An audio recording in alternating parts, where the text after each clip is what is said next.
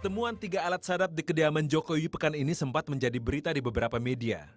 Alat sadap ditemukan di ruang tamu, ruang makan, dan kamar tidur.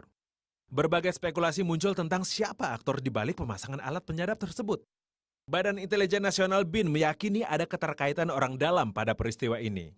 Bahan penyadapan ini yang memasang pasti orang yang punya akses keluar masuk dengan mudah, gitu ya. Sehingga dari keluar masuk dengan mudah itu mereka dapat melakukan penyadapan itu. Meski tidak mempersoalkan kasus penyadapan tersebut, Jokowi tetap memperketat keamanan.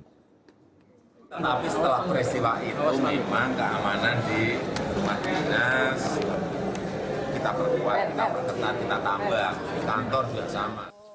Berbagai kontroversi terlanjur muncul, terlebih kasus ini mencuat jelang pemilu 2014.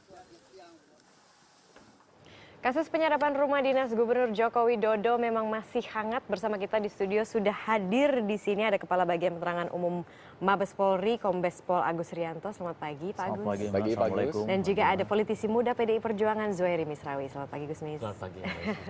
Mari kita bahas secara seksama dan bersama di sini. Perkembangan terakhir dari PDIP mengenai hal ini apa positioningnya? Ya, kami sudah sampaikan kepada publik ya, terutama oleh Mas Cahyokumolo sebagai Sekjen Partai, bahwa ada penyadapan di rumah dinas Joko Widodo, Mas Jokowi, dan ini tentu saja harus mendapat perhatian, terutama dari pihak kepolisian bahwa ini sebuah kejahatan serius, pelanggaran terhadap hak konstitusional pejabat negara, namanya sebagai Gubernur di Jakarta, dan kami ingin bahwa proses demokrasi yang sedang berlangsung di negeri ini betul-betul fair, kondusif, seperti yang sering disampaikan oleh Ibu Ketua Umum dalam banyak kesempatan, bahwa Ibu Ketua Umum ingin melihat bahwa dinamika politik yang terjadi di negeri ini, terutama dalam suasana menjelang pemilu kurang lebih 49 hari yang akan datang, bahwa proses-proses ini berjalan secara lebih kondusif, dan oleh karena itu kami ingin agar siapapun di negeri ini harus menghargai hak privasi setiap warga negara. Kami menggarisbawahi karena apa yang terjadi kepada Mas Jokowi penyadapan, dan juga ada pihak yang sering memata-matai Ibu Ketua Umum, ada orang yang tiba-tiba masuk ke kamar kecil dan sering ikut dalam rombongan Ibu Ketua Umum ke daerah bahkan. Itu artinya bahwa ini ada indikasi kuat ya terhadap pihak-pihak yang ingin mengganggu proses politik yang sedang berlangsung saat ini. Siapa mereka ini? Ya, tentu kami sudah melakukan investigasi dan mengetahui pihak-pihak itu, dan saya kira kami tidak etis untuk menyampaikan kepada publik. Tapi apakah orang dalam, orang luar? Ya ada pokoknya ya. Karena kemarin rekan Anda Cahyokumolo mengatakan bahwa kita sudah mengetahui siapa sebenarnya pelaku penyadapan ini. Jadi kalau misalnya Anda mengatakan bahwa ada pihak-pihak yang ingin istilahnya menggoyang begitu ya, terutama jelang pemilu 2014, apakah itu orang luar? Ya, menurut kami ya ada orang Indonesia dan ada warga asing gitu ya. Warga negara asing pun ada? Iya. Jadi itu yang kami sampaikan kepada publik. Kepentingannya apa warga negara asing menyadap Joko Widodo?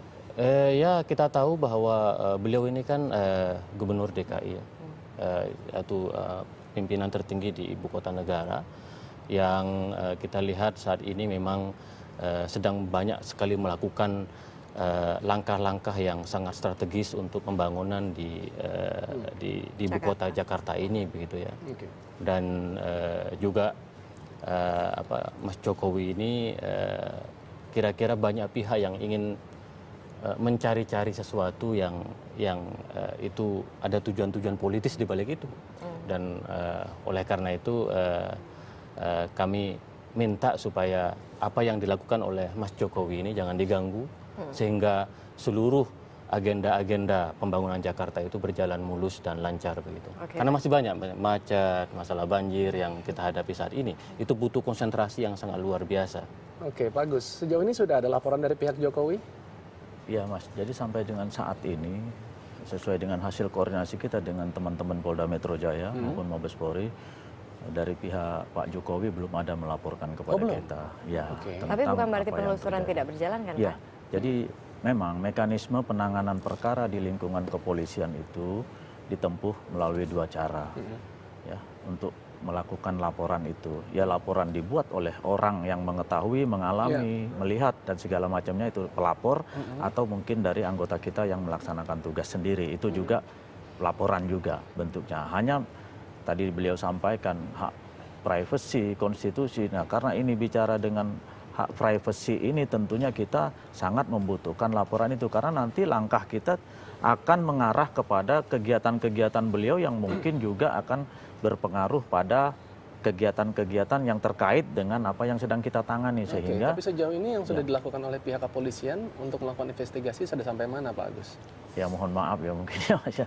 Jadi kita melakukan langkah-langkah penyelidikan untuk melakukan pengumpulan informasi-informasi, dan memang pada saat ini mungkin belum saatnya untuk kita sampaikan kepada publik, karena tadi yang saya sampaikan ada hal-hal yang harus kita pastikan tentang keterkaitan ataupun kasus yang sedang kita tangani ini seperti apa, kan begitu. Karena tidak menutup kemungkinan apa tadi yang disampaikan oleh beliaunya, mungkin juga apa temuan kita bisa kita padukan, atau mungkin tidak ada kesesuaian. Nah, ini kan perlu pemahaman dan analisa yang lebih mendalam Tapi lagi. kalau tadi Pak Agus katakan untuk memastikan, artinya pihak kepolisian sudah mengantongi nama atau pihak-pihak yang memang bertanggung jawab terhadap adanya penyadapan Pak Jokowi? Oh, tidak begitu Mas, jadi untuk memastikan itu tentang peristiwa yang ada, kan begitu kan. Peristiwa yang sedang kita ketahui bersama bahwa ada informasi bahwa kediaman Bapak Jokowi, Gubernur DKI itu disadap. Siapa pelakunya, bagaimana caranya. Nah, ini kan belum kita pastikan ataupun masih dalam penelusuran kita, sehingga apakah betul-betul peristiwa ini terjadi, karena polisi kan bergerak berdasarkan fakta dan data yang betul-betul harus bisa nanti dibawa ke pengadilan. Kita Maksudnya tidak bisa betul-betul berandai-andai gitu kan, tidak bisa berspekulasi. Maksudnya betul-betul terjadi? Iya, seandainya apakah ini betul-betul ada peristiwa, nanti kan kita harus buktikan, kan gitu Pak. Informasi dari pihak beliau juga kita perlukan, kita lakukan analisa. Nah, karena ini kan kita tidak bisa sekonyong-konyong atau serta-merta melakukan langkah-langkah ini bahwa ini pelakunya ini Tapi alat tentunya. sadapnya sudah diterima kepolisian sekarang? Karena itu merupakan barang yang diamankan oleh pihak rumah tangga gubernur. Nah, tentunya nanti apabila laporan itu pasti itu akan disertakan. Jadi Nah, selama ini belum, hadapnya sampai belum saat ini diserahkan. kita masih belum terima. Oke, ini muncul spekulasi akhirnya Gusmis bahwa pihak dari Jokowi sendiri belum memberikan atau belum melaporkan kepada polisi. Ada yang mengatakan bahwa ini mah bisa-bisanya aja untuk mencari simpati dan sebagainya. Tanggapan Anda? Ya, ada dua hal, Mbak Marisa. Yang pertama, saya kira ini perlu koordinasi antara pihak kepolisian dengan rumah tangga. Kepala rumah tangga rumah dinas Pak Gubernur ya. Karena kita tahu bahwa kepala rumah tangga sudah mengantongi ini ya. Ala-alanya seperti apa. Itu yang pertama. Yang kedua, nanti antisipasi ke depan. Karena kita tidak ingin kasus penyadapan ini terus terulang kembali. Oleh karena itu pihak kepolisian harus berkoordinasi melindungi setiap warga negara, terlebih Ibu Ketua Umum, kemudian Pak Jokowi dan para fungsionaris partai yang lain. Tapi sejauh ini PDI Perjuangan tidak akan melaporkan begitu posisinya? Kami masih sedang mempertimbangkan sekarang, sedang mengkaji kira-kira seperti apa, karena kita tahu bahwa ini masa-masa yang kampanye yang akan datang, perlu perhatian khusus yang lebih ekstra ya untuk pemenangan pemilu 9 April yang akan datang, lalu kemudian untuk pemilu presiden. Jadi banyak tugas-tugas politik yang harus dilakukan oleh PDI Perjuangan, dan oleh karena itu kami sedang mengkaji, mempertimbangkan apakah perlu langkah-langkah hukum. Tetapi kalau seandainya pihak kepolisian ingin berkoordinasi dengan pihak rumah tangga rumah dinas Pak Jokowi, saya kira itu lagi Tapi langkah baik. menurut pengalaman dari Gusmi sendiri, apakah hal-hal seperti ini artinya penyadapan itu merupakan satu hal yang biasa dilakukan oleh partai politik terhadap partai politik lainnya, terutama dalam situasi yang sudah boleh katakan menjelang detik-detik nih pemilihan legislatif maupun pilpres? Ya, kita tahu kan banyak peristiwa, ada penyadapan dari Australia, penyadapan itu kan sama sekali tidak sehat ya dalam konteks tadi itu fairness ya, dalam konteks menjaga satu proses demokrasi politik yang lebih dinamis, lebih kompetitif di antara kita begitu. Jadi ini sebenarnya menyangkut kualitas kita berdemokrasi. Jadi kita ingin supaya rakyat menilai agenda kita, program-program kita, ide-ide besar kita, bukan karena proses politiking ya, manipulasi, intimidasi dan lain-lain. Jadi ini adalah pertaruhan transisi demokrasi Indonesia karena kita sedang dalam proses transisi dan setelah itu konsolidasi demokrasi, dan oleh karena itu menurut saya kompetisi itu harus betul-betul pada ide, pada gagasan. Biarkan rakyat menilai dan tidak perlu ada lagi semacam penyadapan, intimidasi, kontrol dari pihak manapun yang melakukan itu. Jadi saran Anda, apa yang harusnya dilakukan oleh penegak hukum? Ya, saya kira Pak Agus harus proaktif ya, melihat fenomena ini, jadi tidak berdiam diri. Dan siapapun warga negara, saya kira tidak hanya PDI Perjuangan, partai-partai yang lain juga perlu mendapat perlindungan sesuai dengan konstitusi dan menjamin bahwa proses-proses politik yang terjadi yang akan datang itu fair sekali lagi, tidak ada kecurangan, tidak ada pihak yang merasa diuntungkan karena kekuasaan yang dia miliki saat ini begitu.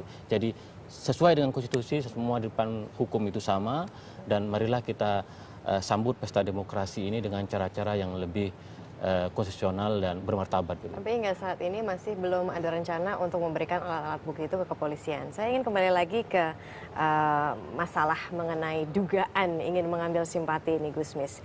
Jadi ada juga yang mengatakan begini, sekarang kan sedang ada konflik internal di PDI Perjuangan, yaitu antara Tri Risma hari ini dengan para pengurus partai Demokrasi Indonesia Perjuangan di Jawa Timur. Tanggapan Anda mengenai hal ini sebagai pengalian isu saja? Ya, untuk yang Bu Risma kami sudah selesaikan.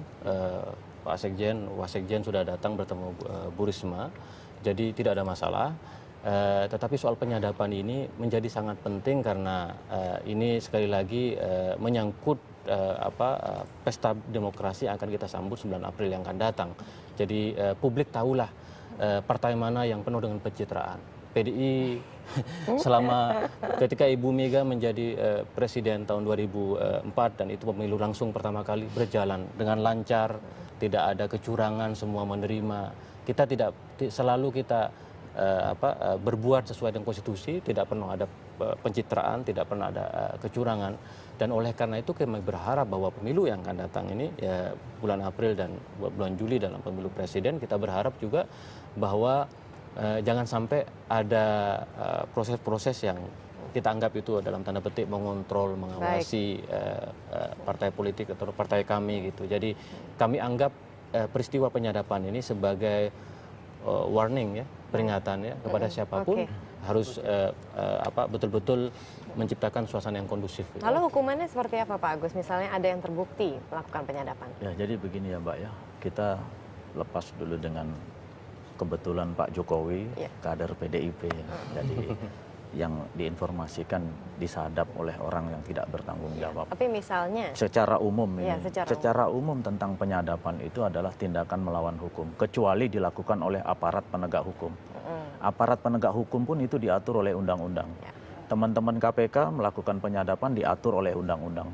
Polri melakukan penyadapan juga diatur oleh undang-undang. Dan dalam Undang-Undang Telekomunikasi, Undang-Undang Nomor 39 tahun 99 itu, bahwa di situ dalam pasal 40 dikatakan bahwa setiap orang itu dilarang melakukan penyadapan. Sanksinya di dalam pasal 56 undang-undang tersebut itu cukup tinggi Mbak, sampai dengan 15 tahun penjara. Nah sehingga kita berharap hal-hal seperti ini, tadi yang disampaikan oleh Gusmis, mungkin kita tidak diam. Tapi karena itu menyangkut hak-hak privasi yang harus juga kita hormati, karena nanti kalau kita melangkah ada yang kemungkinan beliaunya juga akan kita mintai untuk menyampaikan informasi yang kita perlukan. Nah tentunya hal-hal seperti ini kita harus pahami bersama. Tapi yang pasti sesuai dengan undang-undang bahwa penyadapan itu adalah tindakan ilegal kecuali dilakukan oleh aparat penegak hukum. Apakah kepolisian akan jemput bola gitu, Pak? Ya kita sudah lakukan, Mbak. Jadi tadi saya sampaikan bahwa mekanisme penanganan perkara di Polri ada 2 cara, kita sudah lakukan. Hanya tentunya untuk tadi menjemput bola, untuk mengarah itu, nah tentunya ini perlu langkah-langkah pemahaman antara pihak dari Pak Jokowi untuk kita koordinasikan dengan kita. Baik, terima kasih banyak Pak terima Agus kasih. Rianto dan juga Gusmis sudah hari di Sama-sama. sini. Oke. Dan berikutnya Marisa, kita masih memiliki informasi dari KPU sepertinya. Betul, Komisi Pemilihan Umum KPU Kabupaten Tegal, Jawa Tengah hingga saat ini masih kekurangan 3.000 lembar surat suara. Informasi selengkapnya saat lagi di Indonesia Morning Show.